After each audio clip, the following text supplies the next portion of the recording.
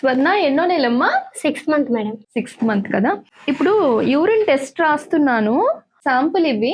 ఒకవేళ urine infection ఏమైనా ఉంది అంటే కనుక నేను ట్రీట్మెంట్ రాస్తాను, ఓకేనా? ఎందుకు మేడం? నాకు మంటగా ఏం లేదు, పెయిన్ లేదు మేడం. అవి ఎందుకు మేడం టెస్ట్లు?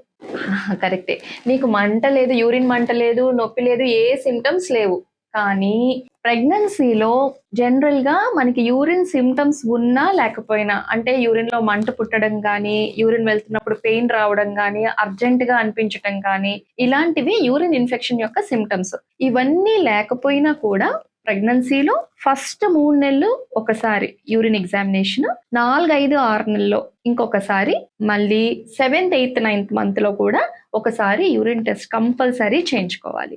ఎందుకంటే ప్రెగ్నెన్సీ లేనటువంటి వాళ్ళు, నార్మల్ లేడీస్ లో యూరిన్ ఇన్ఫెక్షన్ వచ్చింది అనుకోండి, వాళ్ళకి వెంటనే సిమ్టమ్స్ కనిపిస్తాయి, అంటే నొప్పి రావడం, మంట రావడం ఇలాంటివి. అదే ప్రెగ్నెన్సీలో మనకి యూరిన్ ఇన్ఫెక్షన్ సిమ్టమ్స్ కనిపించవు, అన్లెస్ అది మరీ సివియర్ యూటీఐ అయితే తప్ప.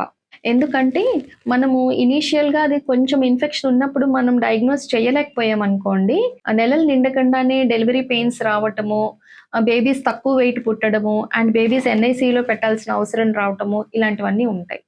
ఎందుకు ప్రెగ్నెన్సీలో యూరిన్ సిమ్టమ్స్ కనిపించవు అన్న దానికి నేను మీకు క్లియర్ గా సెకండ్ వీడియోలో ఎక్స్ప్లెయిన్ చేస్తాను. నేను మీ డాక్టర్ గాయత్రి, గాయత్రి హాస్పిటల్, గిద్దలూరు.